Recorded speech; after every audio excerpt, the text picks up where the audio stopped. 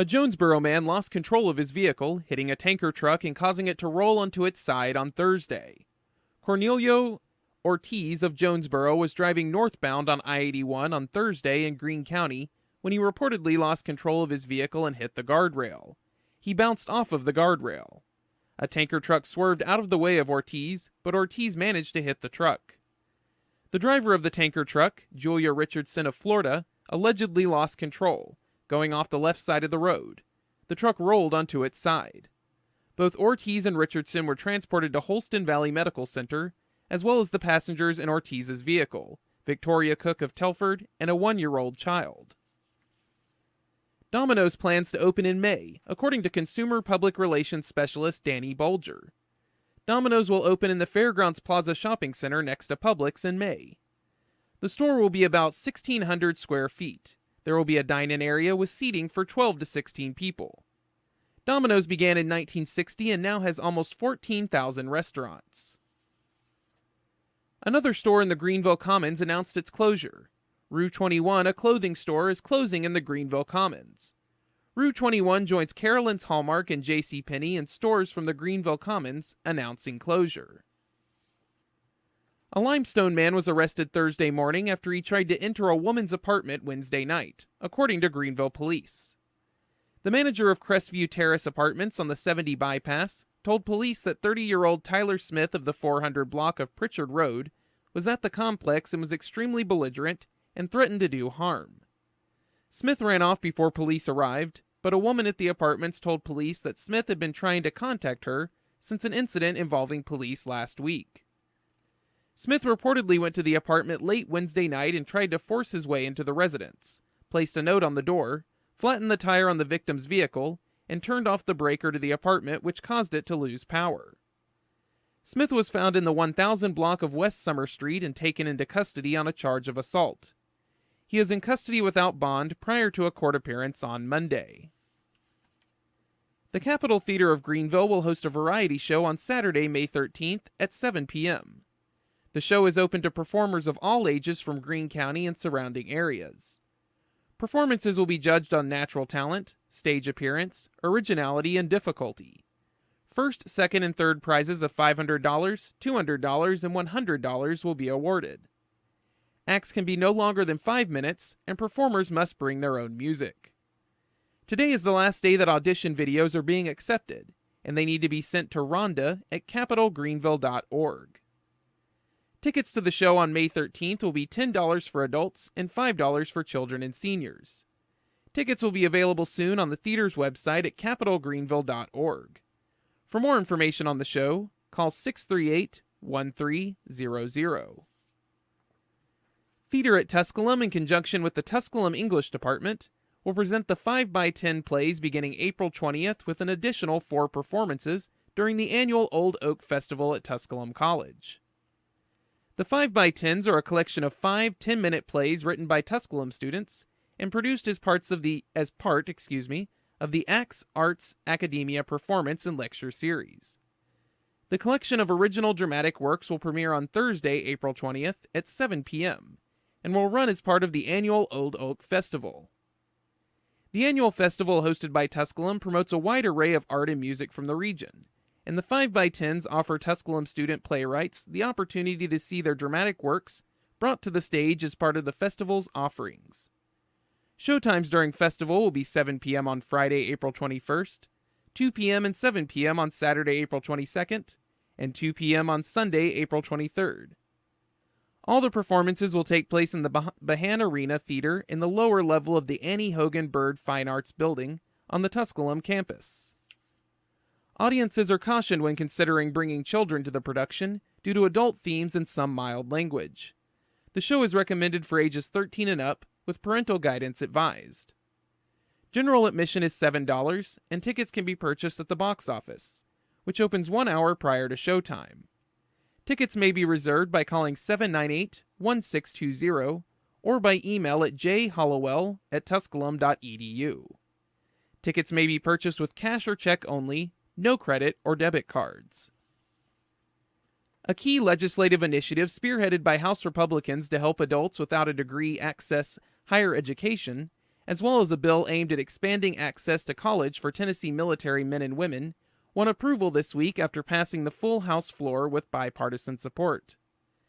House Bill 531, named the Tennessee Reconnect Act, would make Tennessee the first state in the nation to offer all Tennessee adults without a degree access to community college tuition free, and at no cost to taxpayers.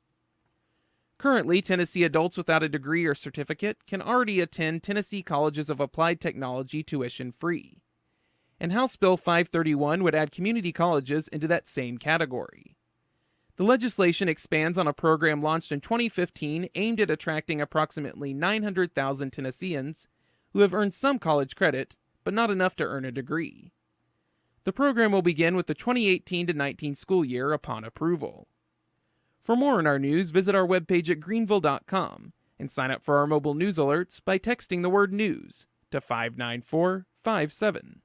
It's time for a look at the world of sports. I'm Reid Seals.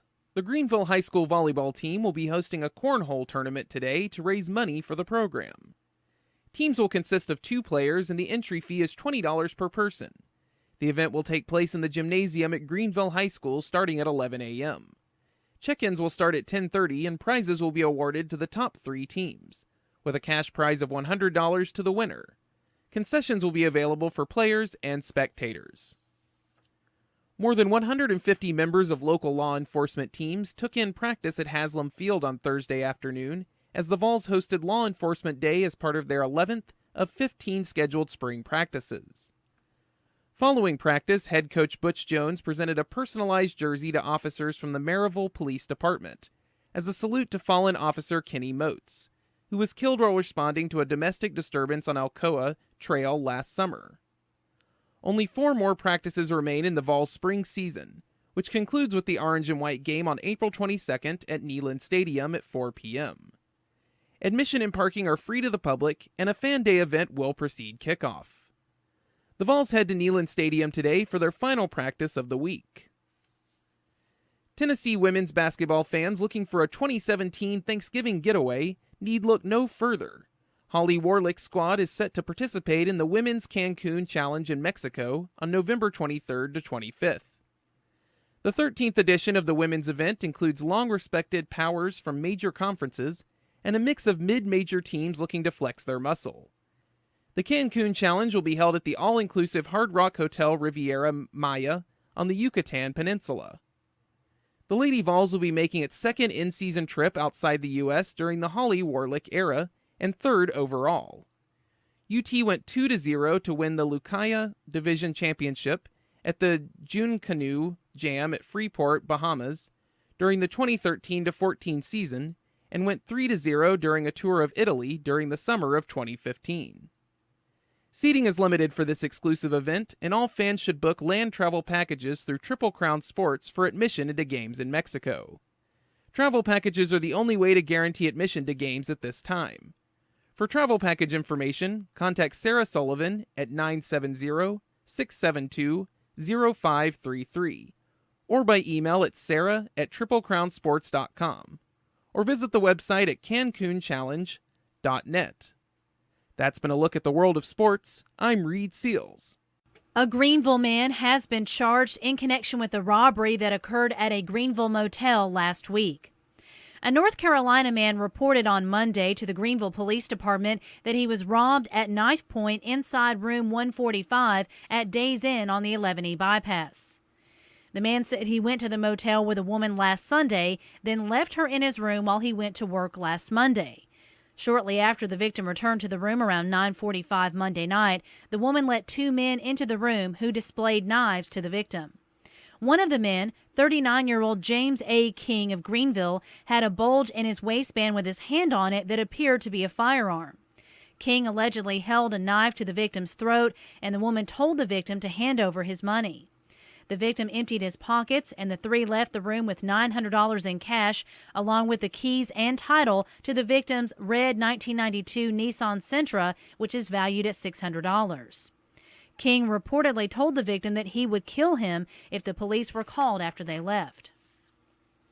King faces charges of aggravated robbery and theft of property in connection with the incident. He also had a failure to appear warrant on a charge of driving on a suspended license. He is due in court on Monday. A Greenville man was arrested Friday after reportedly shoplifting from Walmart and then running from police. The Greenville Police Department responded to the store on Friday morning on the report of a man shoplifting items. The man also reportedly had a large knife.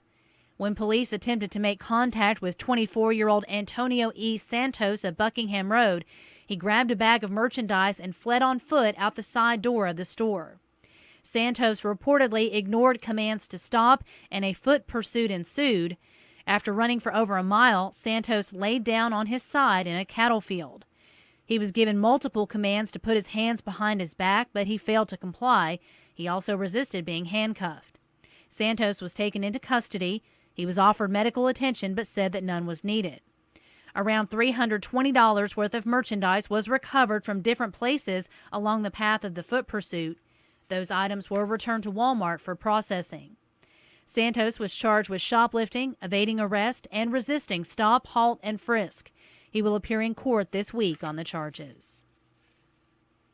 A Jonesboro man is facing charges following a wreck on Interstate 81 on Thursday in which he reportedly hit a tanker truck and caused it to roll onto its side.